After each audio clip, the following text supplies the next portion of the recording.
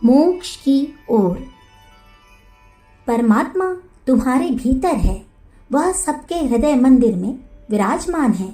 जो कुछ तुम देखते, स्पर्श करते अथवा अनुभव करते हो, वह सब परमात्मा ही है।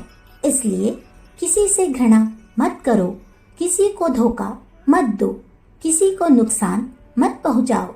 सबसे प्रेम करो और सबके साथ एकता का अनुभव करो। तुम्हें शीघ्र ही शाश्वत आनंद और अनंत उल्लास की प्राप्ति होगी। तुम आत्मनियंत्रण रखो, स्वयं अनुशासन में रहो। विचारों और अनुभूतियों एवं आहार परिधान में सादगी और समरसता रखो। सबके साथ प्रेम करो, किसी से डरो नहीं। तंद्रा, आलस्य और भय को उखाड़ फेंको। दैवी जीवन यापन करो। सत्य अथवा वास्तविकता की खोज करो। नियम और धर्म को समझो। जागरूक और सचेत रहो। दुख और अंतर्द्वंद्वों पर आत्मनिरीक्षण विचार विवेक द्वारा विजय प्राप्त करो। प्रतिक्षण स्वतंत्रता, पूर्णता और शाश्वत आनंद की ओर बढ़ो। क्या तुम में से ऐसा एक भी आदमी है जो बलपूर्वक कह सके कि मैं इस समय योग जिज्ञासु हूँ, मैं मोक्ष के लिए प्रयत्नशील हूँ, मैंने अपने को चतुर साधनों से सुसज्जित कर लिया है, मैंने अपना हृदय निस्वार्थ सेवा, तप और त्याग द्वारा विशुद्ध बना लिया है, मैंने अपने गुरुदेव की विश्वास और भक्ति से सेवा की है और उनसे शुभाशीर्वाद और शुभकामना प्राप्त कर ली है, वही मनुष्य संसार को बचा सकता है। वह शीघ्र ही विश्व का प्रकाश स्तंभ, अद्वितीय ज्ञान ज्योतिधारी और सफल योगी होगा। सेवा के लिए सदैव तत्पर रहो। विशुद्ध प्रेम, दया और सौजन्य के साथ सेवा करो।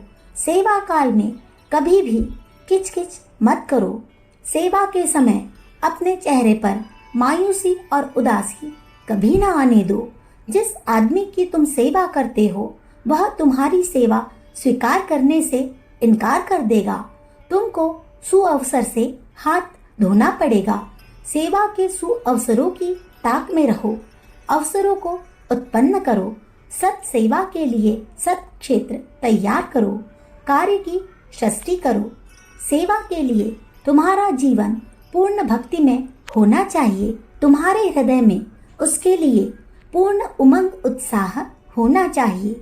दूसरों के लिए तुम्हारा जीवन आशीर्वाद स्वरूप हो जाना चाहिए।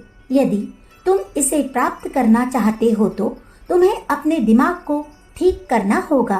तुम्हें अपना चरित्र निर्मल करना होगा। तुम्हें सहानुभूति, स्नेह, परोपकार, सहिष्णुता और दया दाक्षिण्य का विकास करना होगा।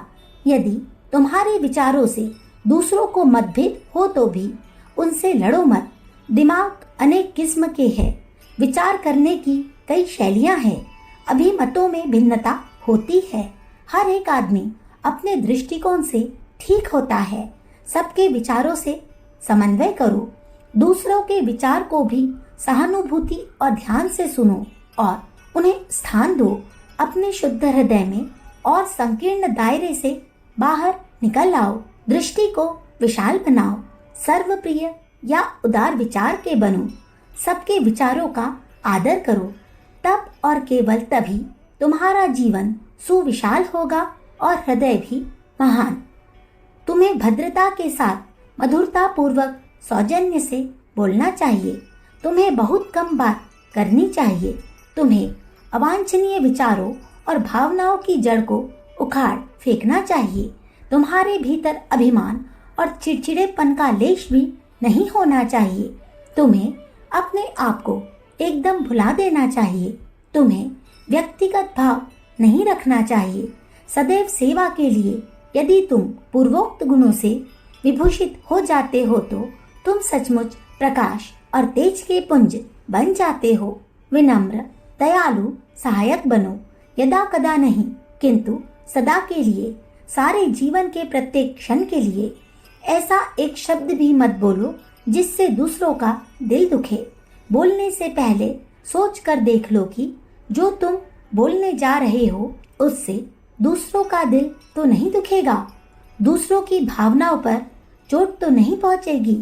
इस बात का विचार कर लो कि यह समझदारी से भरी हुई मधुर, सत्य और सुकोमल है। ऐ मनुष्य, अब तैयार हो जाओ। यह शर्म की बात है कि अब तक तुम अपना जीवन केवल खाने पीने, सोने, गप्पे लड़ाने और निरर्थक कामों के पीछे व्यर्थ बिताते रहे। अब समय निकट आता जा रहा है। तुमने अब तक कोई विशिष्ट काम नहीं किया, अब भी अधिक विलंब नहीं हुआ है। इसी समय से भगवान नाम स्मरण शुरू कर दो। निष्कपट और सच्चाई धारण करो, सबकी सेवा करो।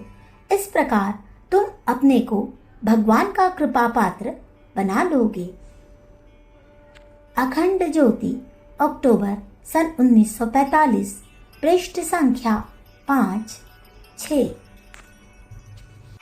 हमारे YouTube चैनल विचार क्रांति दूत अखंड ज्योति पत्रिका को सब्सक्राइब करें एवं अगली वीडियोस प्राप्त करने के लिए बेल आइकन दबाएं। धन्यवाद।